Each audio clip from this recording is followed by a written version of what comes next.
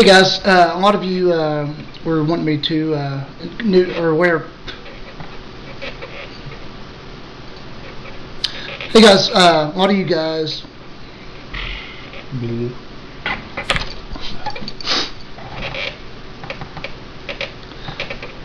Hey everybody, I had a lot of people that were kind of curious if you're aware of what happened to me about a week ago and what we went through. I had a lot of you that were wanting me to kind of share my story. I didn't really want to type it out just because who wants to read a big wall of text? And anyhow, so I just figured I'd do a quick video, not really go as much into the sickness part, or I figured I'd just kind of tell the story that happened after that, and kind of a more or less of a testimony, I guess, if you're into that sort of thing. Anyhow, started off, the lifestyle that obviously that we live.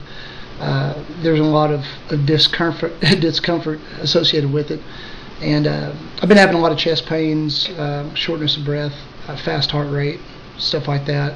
And I thought it'd just kind of take care of itself, so I basically ignored it and just kind of lived with a little bit of pain. And I figured it was just from staying up and partying and all that good stuff.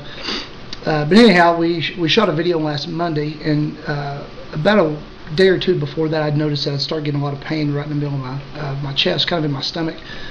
And shot the video, went home that night, and it was almost getting to the point to where it's gradually getting worse the whole time, almost to the point to where I could barely walk. Kind of doubled. I kind of had to be doubled over when I walked, and so I went to the emergency room. They checked me out, EKG, blood test, everything came back negative. So they wanted me to go and check. I had a buddy of mine that talked about his gallbladder and said that he had to get it taken out. So basically I'd asked them about it, and they wanted me to go get an ultrasound. And when I went in the next day, I knew the ultrasound tech. She's a good friend of mine, and as soon as she saw my gallbladder, she's like, this isn't good. So basically the wall of my gallbladder was 6 times the normal size, and was huge. It looked like it had been agitated for months. And I went straight over to Stillwater Medical and let the doctor see it, and he said that he wanted to take it out, but first he wanted to put me on anti-inflammatories so they could shrink it down, because he said basically if he would have tried to take it out, first they would have had to slice me open instead of scoping it out. And he said basically it was so big that it would have just fallen to pieces, infected all my organs inside, and just kind of bye-bye Steve. So they put me on anti-inflammatories, admitted me into the hospital, and the next morning or afternoon they went in, made 4 incisions, took it out successfully, and that was basically it. It was a pretty easy surgery. That was the first time I'd ever had anything close to that as far as surgery wise. Otherwise, just strep throat and whatever. First time I'd been under. So it was kind of scary, but and as progressive as what it was. It was just a scary situation for all of us. Anyhow, I did complain again about the chest pains and the shortness of breath and the rapid heartbeat, and he wanted me to go get another ultrasound done.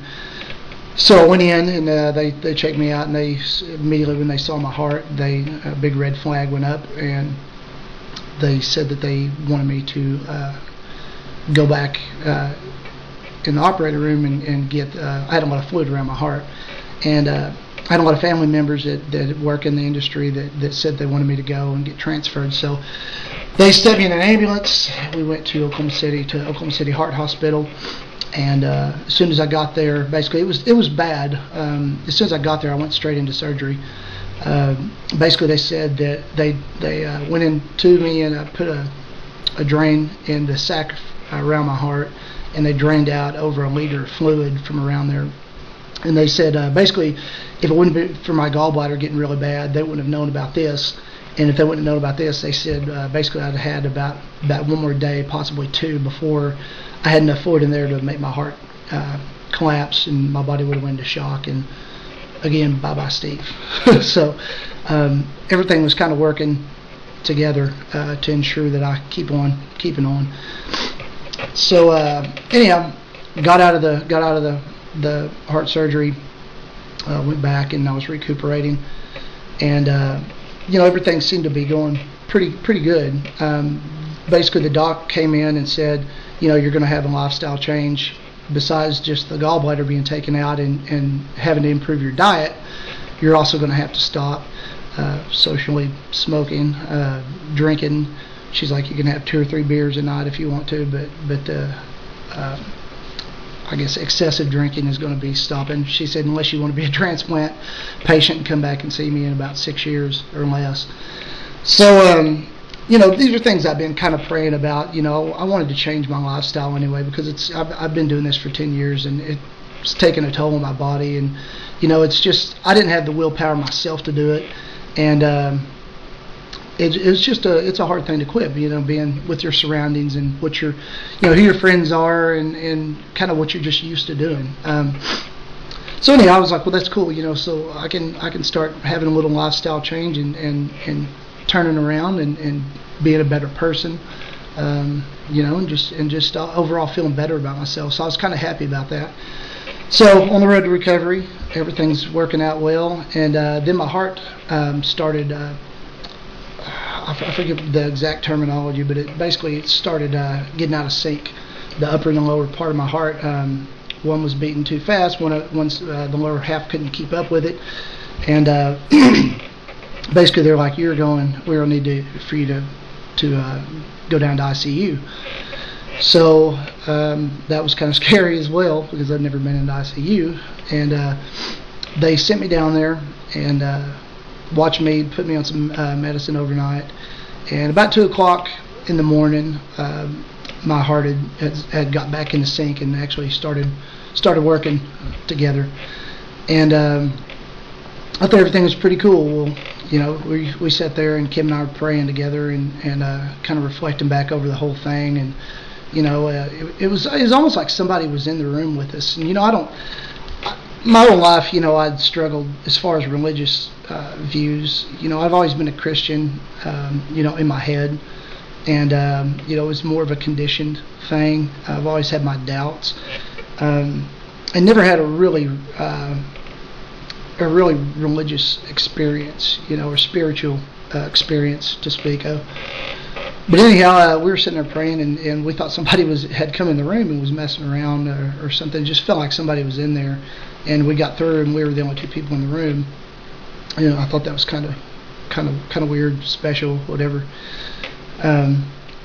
Anyhow, carrying on, the nurse came back in as soon as we'd said that prayer. She comes back in, and she says things have gotten bad. It was almost as soon as we said amen, the door opens and she comes in. It couldn't have been better scripted, but basically they had done another ultrasound. My heart was the sac around my heart was starting to fill back up with fluid. It started clotting up.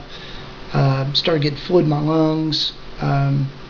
Started getting pneumonia, and it looked pretty bad. So long story short, I asked the nurse, I was like, am I going to make it? And she just kind of looked at me with a look that wasn't good, and she's just like, I don't know, I can't tell you, And so I got scared, again, first hospital, or well, not first hospital visit, but the first hospital experience that week, and already I think I'm going to die.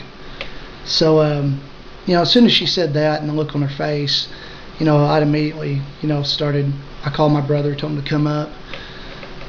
Talked to my mom, talked to my dad, talked to Kim. I said a lot of things that I wanted to say to him if I were to pass, and it was just weird. You just never know what you're going to do. And, I had my head was just everywhere.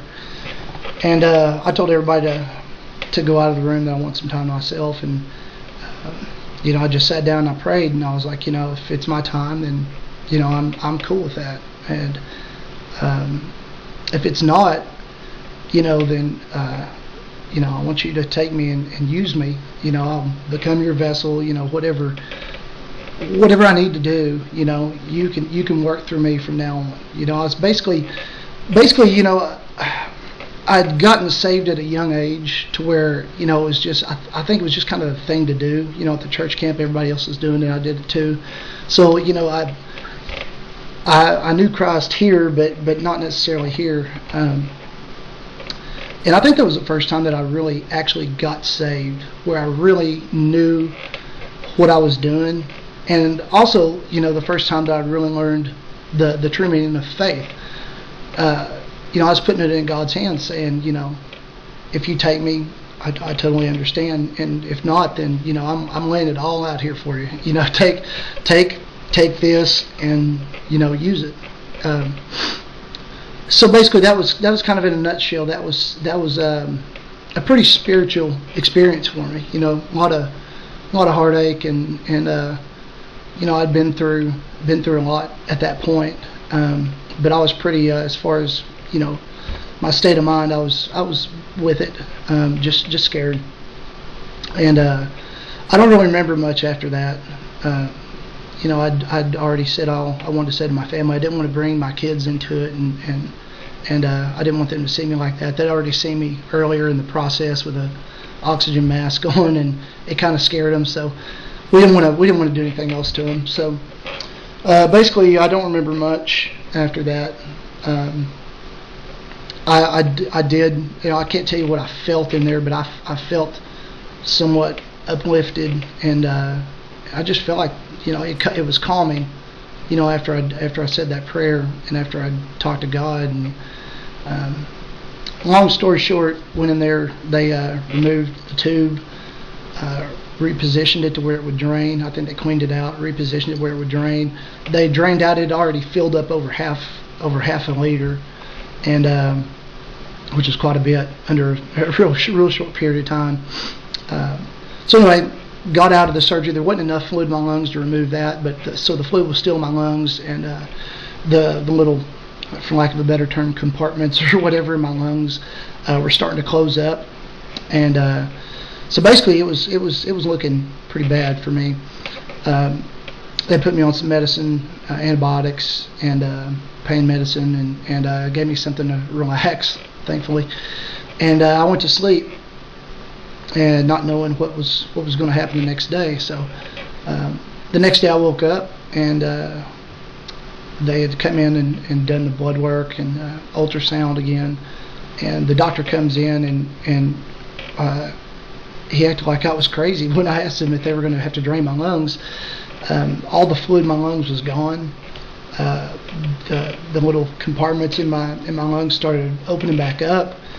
There was no fluid around my heart, just very very little. It wasn't reproducing like it was. Basically, it was like I was well on my way to recovery. Besides just the internal pain that I had, just from being operated on that much. And I wouldn't say poof, you're cured, but it was pretty close. I mean, it was a miracle that I woke up in that kind of condition, and I was pretty thankful. And I think during this whole process, that I couldn't place, I couldn't point out any other thing that could have happened other than it just, I think the man upstairs saved my life, and he wasn't finished with me yet, apparently. So, being really grateful, I moving forward, and just getting better, they ended up sending me home a day and a half later after they had watched me pretty close, and I've been home now for about a week. And as you can see, I've been getting outside and exercising, and other than just discomfort from internal, them having all kinds of instruments inside me, I mean, I feel pretty well. And we've had a ton of good friends, been cooking us dinner, and so many different people praying for me, fans, friends. Like I say, I can't thank you guys enough. But this whole experience, as much as it hurt and as much as it scared me and my family, I wouldn't have traded it for anything, because all that time, growing up and stuff, me talking about being a Christian in my head and not my heart, I feel like I don't have a doubt anymore, whether or not God's out there. I mean, he's in me now, and I feel like he's working through me. And I'm not. This doesn't mean I'm gonna do one of these 180 changes. I'm still who I am, and my same person. But I see things a lot differently now. I see things. I know what's important in life now, and it's not what I thought was important a week ago or 2 weeks ago. Some of the things are the same, but a lot of things have changed for me, and I'm just happy to be alive. I'm noticing things, and appreciating things that I never took the time for earlier, and I would all to the man upstairs, and so that's kind of my story, and kind of what happened in a nutshell. And I hope I don't ever have to go back. There's going to be definitely some a lifestyle change, but I can definitely still have a couple beers and hang out, and I still get to play music for a living. So I'm grateful for everything, and once again, thank you. I can't thank you guys enough for all the prayers and thoughts and all the support through this process, and it really meant a lot to me and Kim, and thank you guys very much, and I hope you enjoyed this, or at least I hope I didn't waste your time, and hope it helped answer some questions, and I hope you maybe some of you guys might have learned something from it. Who knows? But thanks a lot, guys. I appreciate it. Thanks for listening.